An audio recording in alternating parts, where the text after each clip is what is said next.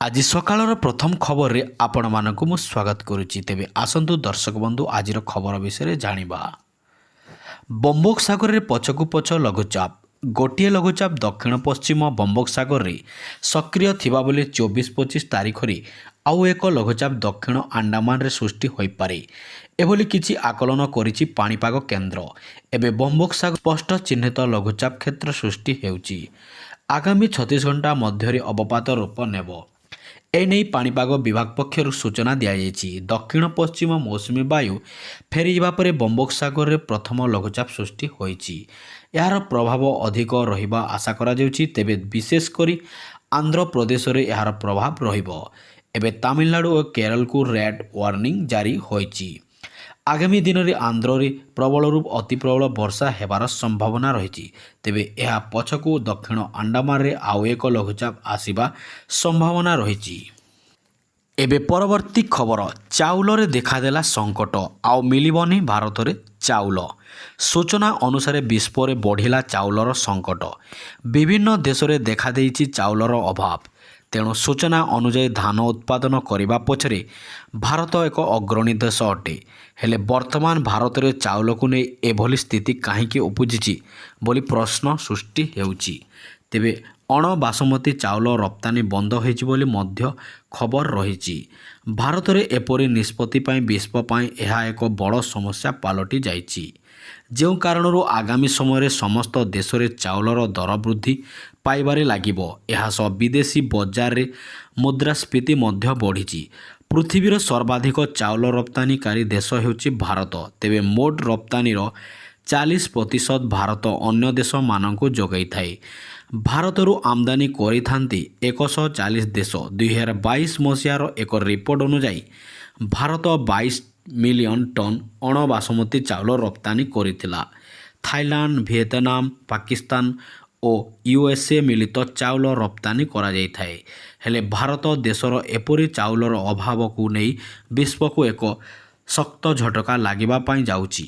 କାରଣ ଅନ୍ୟ ଦେଶ ତୁଳନାରେ ଭାରତ ସର୍ବାଧିକ ନିଜର ଚାଉଳ ରପ୍ତାନି କରିଥାଏ। ତେବେ ଭାରତର ଅଧିକାଂଶ ଲୋକେ ମଧ୍ୟ ଭାତକୁ ନିଜର ଶ୍ରେଷ୍ଠ ଖାଦ୍ୟ ରୂପେ ଖାଇଥାନ୍ତି। ଭାରତର ଓଡ଼ିଶା ରାଜ୍ୟରେ ଅଧିକାଂଶ ଲୋକେ ଭାତ ହିଁ ତାଙ୍କର ପ୍ରମୁଖ ଖାଦ୍ୟ ଅଟେ। ତେଣୁ ସେମାନଙ୍କ ପାଇଁ ମଧ୍ୟ ରାସନ କାର୍ଡ଼ ଚାଉଳ ସରକାରଙ୍କ ତରଫରୁ ଯୋଗାଇ ଦିଆଯାଇଥାଏ। ହେଲେ ଯଦି ଆଗାମୀ ସମୟରେ ଏଭଳି ଭାବରେ ଭାରତରେ ଚାଉଳର ସଙ୍କଟ ଜାରି ରହିବ, ତେବେ ରାସନ କାର୍ଡ଼ ମଧ୍ୟ ଖାଉଟିମାନଙ୍କୁ ଚାଉଳ ମିଳିବା ବନ୍ଦ ହୋଇଯିବ ବୋଲି ଚର୍ଚ୍ଚା ଜୋରରେ ଧରିଛି। ତେବେ ଚାଉଳ ପ୍ରସଙ୍ଗକୁ ନେଇ ସରକାର ଆଗାମୀ ସମୟରେ ସରକାର କି ପଦକ୍ଷେପ ନେବେ ଜାଣିବା। ଏବେ ପରବର୍ତ୍ତୀ ଖବର, ପିଏମ୍ କିଷାନ ଯୋଜନା ଆଉ ଅଳ୍ପ ଦିନ ମଧ୍ୟରେ 21ତମ କିସ୍ତିର ଟଙ୍କା ପାଇବେ ଚାଷୀ ଭାଇ। ସାରା ଦେଶରେ ଚାଷୀମାନେ ଆଶା ରଖିଥିଲେ କି ଦୀପାବଳି ଅବସରରେ ସେମାନଙ୍କୁ ପ୍ରଧାନମନ୍ତ୍ରୀ କିଷାନ ସମ୍ମାନ ନିଧିର 21ତମ କିସ୍ତି ମିଳିବ ବୋଲି।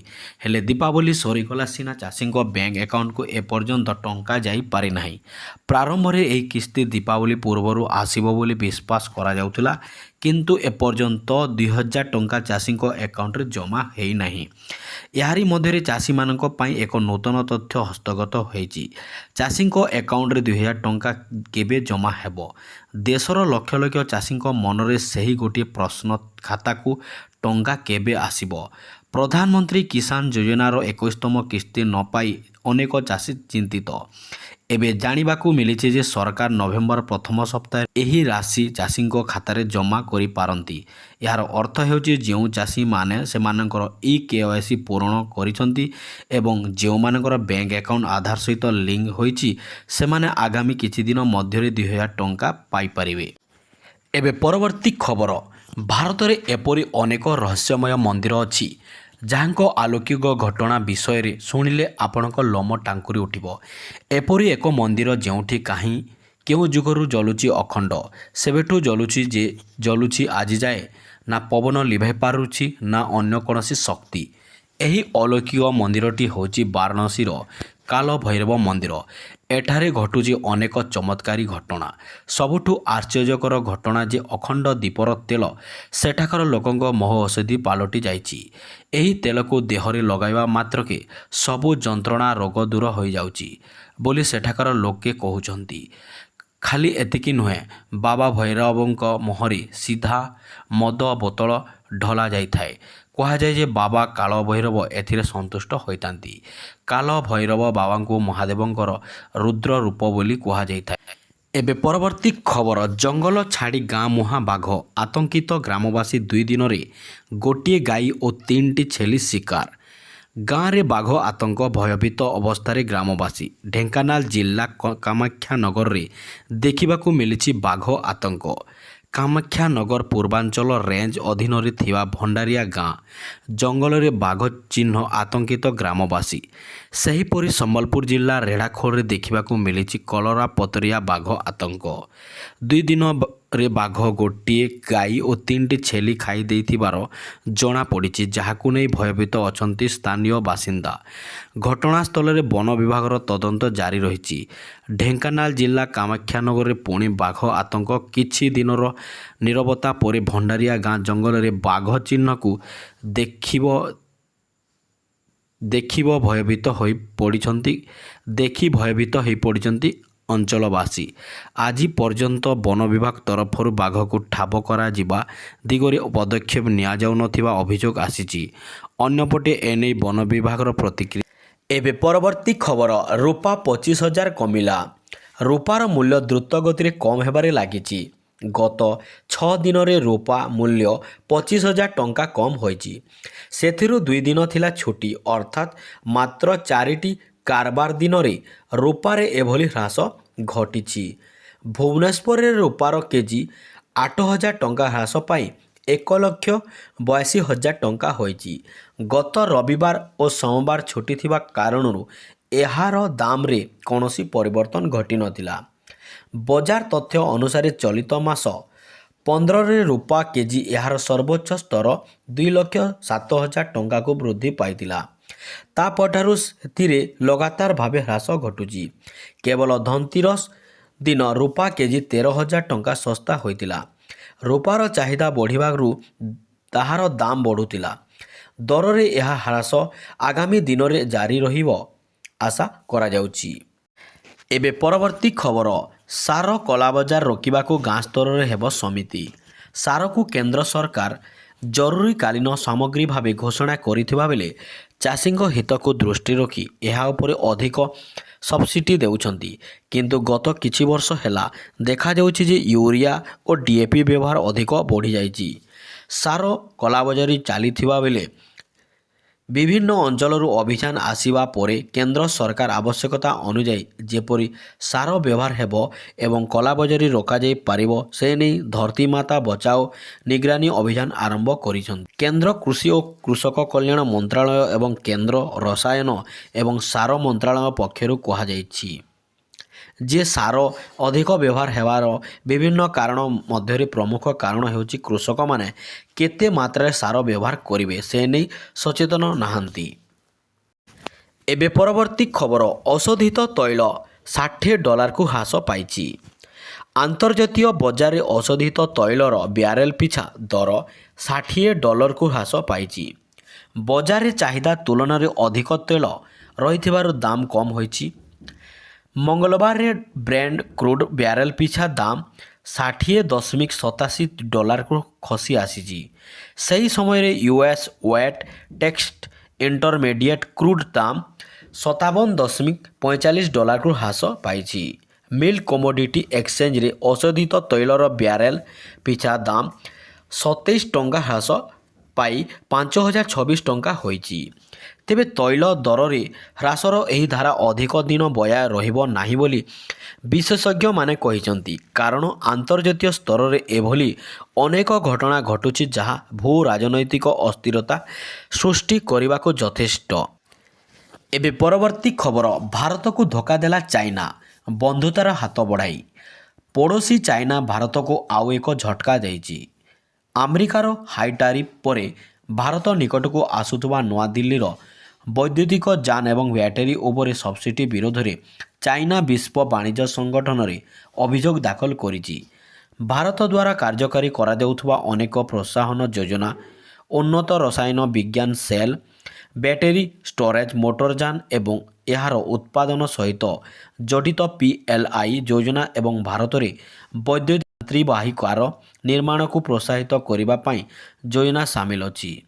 ଚାଇନା ବାଣିଜ୍ୟ ମନ୍ତ୍ରଣାଳୟ ଅଭିଯୋଗ କରିଛି ଯେ ଭାରତ ଦ୍ୱାରା ନିଆଯାଇଥିବା ପଦକ୍ଷେପଗୁଡ଼ିକ ବିଶ୍ୱ ବାଣିଜ୍ୟ ସଂଗଠନ WTOରେ ଅନେକ ସର୍ତ୍ତାବଳୀକୁ ଉଲ୍ଲଂଘନ କରେ। ମନ୍ତ୍ରଣାଳୟ ଅନୁଯାୟୀ ପଦକ୍ଷେପଗୁଡ଼ିକ ଜାତୀୟ ଚିକିତ୍ସା ନୀତିକୁ ଉଲ୍ଲଂଘନ କରେ ଏବଂ ଆମଦାନୀ ପ୍ରତିସ୍ଥାପନ ସବସିଡି ଅଧୀନରେ ଆସେ, ଯାହା ବହୁପାକ୍ଷିକ ବାଣିଜ୍ୟ ନିୟମ ଅନୁଯାୟୀ ସ୍ପଷ୍ଟ ଭାବରେ ନିଷିଦ୍ଧ। ଏବେ ପରବର୍ତ୍ତୀ ଖବର, ବୃକକ୍ ପ୍ରତିରୋପଣରେ ବୈପ୍ଳବିକ ସଫଳତା। ପ୍ରାୟ ଏକ ଦଶନ୍ଧିର ଗବେଷଣା ପରେ କାନାଡା ଓ ଚୀନର ବୈଜ୍ଞାନିକମାନେ ବୃକକ୍ ପ୍ରତିରୋପଣରେ ଏକ ବିଶେଷ ସଫଳତା ହାସଲ କରିଛନ୍ତି। ସେମାନେ ଏପରି ଏକ ସାର୍ବଜନୀନ ବୃକକ୍ ସୃଷ୍ଟି କରିଛନ୍ତି ଯାହାକୁ ଯେକୌଣସି ରକ୍ତ ଗ୍ରୁପ୍ ରୋଗୀ ଗ୍ରହଣ କରିପାରିବେ। ବ୍ରିଟିଶ କଲମ୍ବିଆ ବିଶ୍ୱବିଦ୍ୟାଳୟ ଏବଂ ଆଭିଭୋ ବାୟୋମେଡିକାଲ ଇନକର୍ପୋରେଟ୍ ବିଶେଷଜ୍ଞମାନେ ଏକ ସ୍ୱତନ୍ତ୍ର ଏନଜାଇମ୍ ବ୍ୟବହାର କରି ଜଣେ ଗ୍ରୁପ୍ ଏ ରକ୍ତଧାରୀ ବ୍ୟକ୍ତିଙ୍କ ଠାରୁ ଆସିଥିବା ବୃକକ୍କୁ ଗ୍ରୁପ୍ ଓ ଭିତ୍ତିକ ବୃକକ୍ରେ ରୂପାନ୍ତରିତ କରିଥିଲେ। ଏହାପରେ ଏକ ବୃକକ୍କୁ ଜଣେ ମସ୍ତିଷ୍କ ମୃତ ରୋଗୀଙ୍କ ଶରୀରରେ ପ୍ରତିରୋପଣ କରାଯାଇଥିଲା। ଏହା କୌଣସି ପାର୍ଶ୍ୱ ପ୍ରତିକ୍ରିୟା ବିନା ଭଲ ଭାବରେ କାର୍ଯ୍ୟ କରିବା ଦେଖାଯାଇଛି। ନେଚର ବାୟୋମେଡିକାଲ ଇଞ୍ଜିନିୟର ପତ୍ରିକାରେ ପ୍ରକାଶ ଏହି ସଫଳତା ଫଳରେ ହଜାର ହଜାର ରୋଗୀଙ୍କ ବୃକକ୍ ପ୍ରତିରୋପଣ ପ୍ରକ୍ରିୟା ତ୍ୱରାନ୍ୱିତ ହେବ ବୋଲି ଆଶା କରାଯାଉଛି। ପ୍ରତିରୋପଣ ଆଶାୟୀମାନଙ୍କ ଅପେକ୍ଷା ସମୟ ହ୍ରାସ ପାଇବା, ଯାହାଫଳରେ ଅଧିକ ସଂଖ୍ୟକ ଜୀବନ ରକ୍ଷା କରାଯାଇପାରିବ। ଏହି ସଫଳତାର ଅର୍ଥ ହେଉଛି ବୃକକ୍ ଆଉ ଗ୍ରହଣକାରୀଙ୍କ ରକ୍ତ ଗ୍ରୁପ୍ ସହିତ ମେଳ ଖାଇବାର କୌଣସି ଆବଶ୍ୟକତା ନାହିଁ। ଏହାଦ୍ୱାରା ବିଭିନ୍ନ ଦାତାଙ୍କ ଉପଲବ୍ଧ ପ୍ରତ୍ୟଙ୍ଗ ସଂଖ୍ୟା ବଢ଼ିବା ସହ ପ୍ରତିରୋପଣ ସଫଳତାର ହାର ମଧ୍ୟ ଉନ୍ନତ ହୋଇପାରିବ। ଏବେ ପରବର୍ତ୍ତୀ ଖବର, ଗାଁରେ ଦୀପାବଳି ପାଳିଲେ ମୁଖ୍ୟମନ୍ତ୍ରୀ। ନିଜ ଗାଁ କେନ୍ଦୁଝର ଜିଲ୍ଲା ସଦର ବ୍ଲକ ରାଇକଲାରେ ଗ୍ରାମବାସୀଙ୍କ ସହିତ ମୁଖ୍ୟମନ୍ତ୍ରୀ ମୋହନ ଚରଣ ମାଝୀ ଦୀପାବଳି ପାଳନ କରିଛନ୍ତି। ସେ ଅପରାହ୍ନରେ ସ୍ୱତନ୍ତ୍ର ହେଲିକପ୍ଟର ଯୋଗେ ଭୁବନେଶ୍ୱରରୁ ଆସି ନିଜ ଗାଁକୁ ପହଞ୍ଚିଥିଲେ। କେନ୍ଦୁଝର ଜିଲ୍ଲା ବିଜେପି ସଭାପତି ସୁକଦେବ ମହାନ୍ତ, ସାଧାରଣ ସମ୍ପାଦକ ଅନବ୍ରତ ବେହେରା ଓ ଗ୍ରାମବାସୀ ତାଙ୍କୁ ସ୍ୱାଗତ କରିବା ସହ ଗାଁକୁ ପାଛୋଟି ନେଇଥିଲେ। ଏବେ ପରବର୍ତ୍ତୀ ଖବର, ବିଷ ପାଲଟିଲା ଦିଲ୍ଲୀର ବାୟୁ। ଦୀପାବଳିରେ ଦିଲ୍ଲୀ ଏନସିଆରରେ ଭୟଙ୍କର ବାୟୁ ପ୍ରଦୂଷଣ। ବିଷ ପାଲଟିଲା ଦିଲ୍ଲୀ ବାୟୁ। ଗ୍ୟାସ୍ ଚାମ୍ବର ପାଲଟିଲା ଦିଲ୍ଲୀ ଏନସିଆର। କେନ୍ଦ୍ରୀୟ ପ୍ରଦୂଷଣ ନିୟନ୍ତ୍ରଣ ବୋର୍ଡ ସୂଚନା ଅନୁସାରେ ଦିଲ୍ଲୀର ବାୟୁର ଗୁଣବତ୍ତା ଅତି ଖରାପ ସ୍ତରରେ ପହଞ୍ଚିଛି। ସହରର 34ଟି ସ୍ଥାନରେ ପ୍ରଦୂଷଣ ସ୍ତର ରେଡ୍ ଲେବୁଲରେ ପହଞ୍ଚିଛି। ଅଧିକାଂଶ ସ୍ଥାନରେ 500 ଉପରେ ରହିଛି AQI। ଗାଜିଆବାଦ ଓ ନରେଲା ଅଞ୍ଚଳରେ ଘରୁ ବାହାରିଲେ ଆଖି ପଡ଼ୁଥିବା ବୋଲି ଲୋକେ ଅଭିଯୋଗ କରିଛନ୍ତି।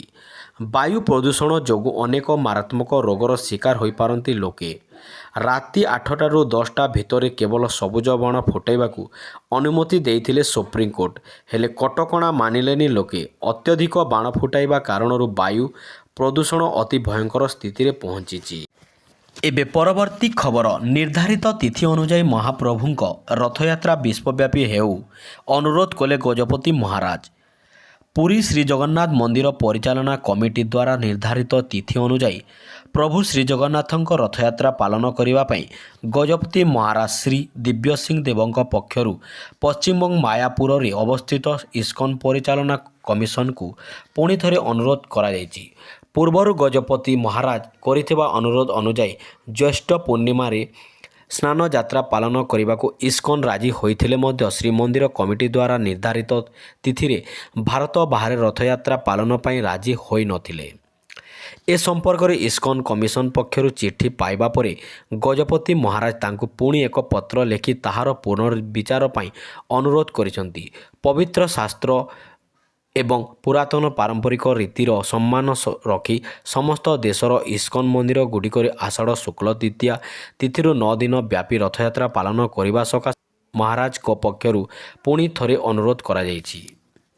ଏବେ ପରବର୍ତ୍ତୀ ଖବର, ଲୋକପ୍ରିୟ ହାସ୍ୟ ଅଭିନେତା ଆଶ୍ ରାନୀଙ୍କ ବାଲୁକା କଳା ମାଧ୍ୟମରେ ବିନମ୍ର ଶ୍ରଦ୍ଧାଞ୍ଜଳି।